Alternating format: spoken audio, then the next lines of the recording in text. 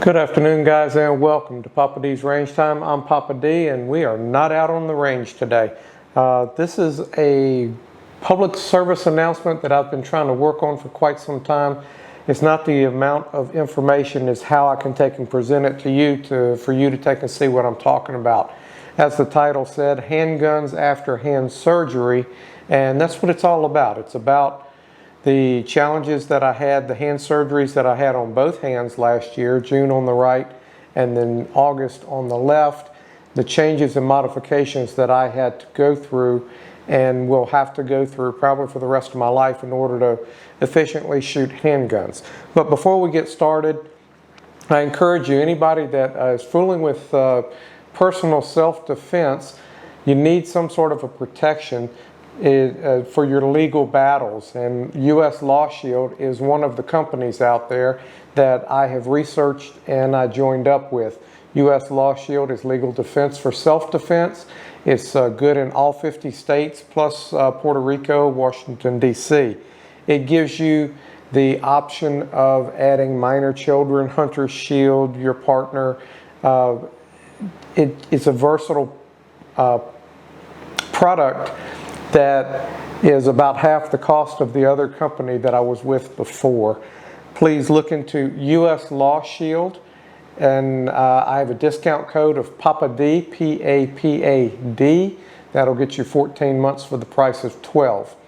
Anyway, dealing with our handguns and where we are with them, I'm going to take and point this gun at the camera. There's nobody behind it. The gun is unloaded, and show you one of the major problems that I'm having. So as I pick up the gun with my right hand, I'm good there. As I get my support hand on, present it out, the magazine drops out.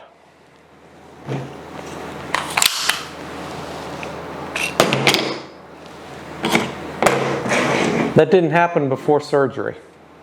So here's what's happening. So to start with, I had the right hand surgery. It was just mainly a cleanup. There was a bone that was deteriorated in my right thumb. They took that out, cleaned up my elbow and my shoulder, and so that was good. As far as my left hand, the thumb does not do what it's supposed to do, and I'm going to take and try to get this on another camera. And it has flexibility in where it's not supposed to have it. The doctor tried to stretch the ligament, tried to take and hold it in place, and he did a good job. So the first thing that I was having is pain. I could not load magazines because I couldn't put pressure on my thumbs into that joint area. So I always had to use some sort of a mag loader whenever I was loading mags. Now I don't have the pain in either hand, and I'm able to load mags without a loader if necessary. So where my problem is on my left hand is the bone at the base of my thumb sticks out. And I'm going to try to get this in the camera. So this bone here sticks out, and it rides on the mag release on most of my guns, not all of them. But it does it on the Canic, it does it on the Canic Elite SC, does it on the Shield Plus, and a couple others. So subcompacts are worse than full size. On my Springfield Hellcat, which is my everyday carry gun, I was carrying this whenever I was really fighting through the hand pain and the thumb pain. So I added a Hogue Precision grip on this particular gun before I had hand surgery. That widened the grip enough so that it distributed the weight and it wasn't putting pressure directly in on the area that I was having problems with. So the Hellcat is that little bit of rubber precision grip gives me enough standoff so where I can take and operate the Hellcat without the magazine dropping out. So this is my main carry gun right now because I don't have a problem with the magazine dropping out. I've been working through this problem for over 3 months now. One, I thought it was a mag release problem, then I thought it was a mag problem, not realizing it was a me problem. and how this worked out. Once I figured it out, then I said, how am I going to fix it? So one of the things I tried to do was a glove. I have several other gloves. I have fingers cut out, but in a personal defense situation, that's not going to work. I have to take and figure out something else. So the glove assisted or helped with the problem that I had, but it did not solve the problem. So the second thing that I do on my range guns, this here is foam insulation tape. I'm an HVAC contractor, and we use this foam insulation tape. It has a sticky backing on it. That's, once it sticks really good. So I've used this on the side of my gun. So I put a strip here, which gives me enough standoff with my hand so where I'm not depressing the mag release with that bone in my thumb. I also take and tear this off, and I stick it to my hand. If I stick it over it, then I can shoot multiple guns. That doesn't solve the problem of personal self-defense, which I have to go back to the one that I know that the mag's not going to drop out on.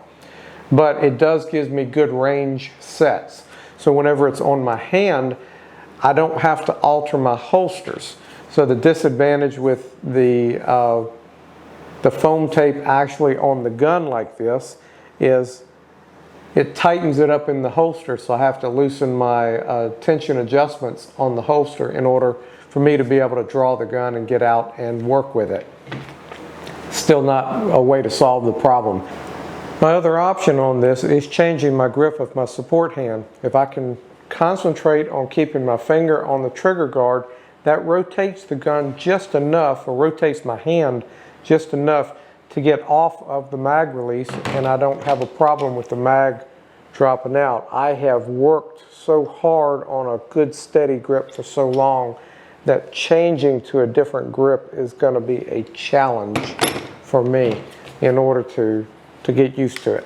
So I do have that option, but I have to train myself on all my guns to get back to my finger on the trigger guard, because I don't want to have different grips for different guns. Anyway, just a thought. I'm considering a Hogue Precision grip for the Shield Plus and possibly for the Canik TP9. The grip of the TP9 full size SF is just what I want, but with the idea of dropping magazines out, it's not working out. So what I'm hoping is that one of the viewers out there has had the same problem and they have a better suggestion on how to do this. I even considered taking it on the ambidextrous mag releases, switching it to the other side, but then I'd have to relearn everything, and I'm too old for that.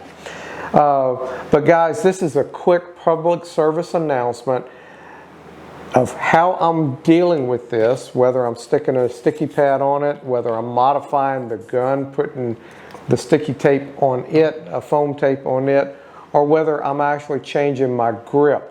But again, or putting the Hogue Precision grips on it to make it work. I'm open for suggestions, I'm open for comments, and please guys, if you've dealt with this, I need suggestions, I need help. But the idea of another surgery on my hand is definitely not something I'm looking forward to. The 6 or 8 weeks that I was down with each hand, I can say one thing. Whenever I was down with this, I did a lot of support hand shooting, and I got pretty good at support hand shooting. However, it's almost impossible to load a mag with one hand, particularly a support hand. I was able to do it by my plastic cast that I had. I was able to notch the plastic cast, and that assisted me in pushing things down. But my physical therapist was not impressed with how I came across that. Anyway guys, trying to make this a quick video, public service announcement. The right thumb seems to be doing good. I'm about 85% back on my right hand. I don't have pain, but I definitely have pressure in it. But the left thumb is the one that is really off, and the bone jutting out is causing me problems. That's going to do it for today, guys. I really appreciate you watching, liking, subscribing, and sharing, and love to hear your comments on this and offer suggestions. Anyway, guys, I am going to take and see you down the road on the next video.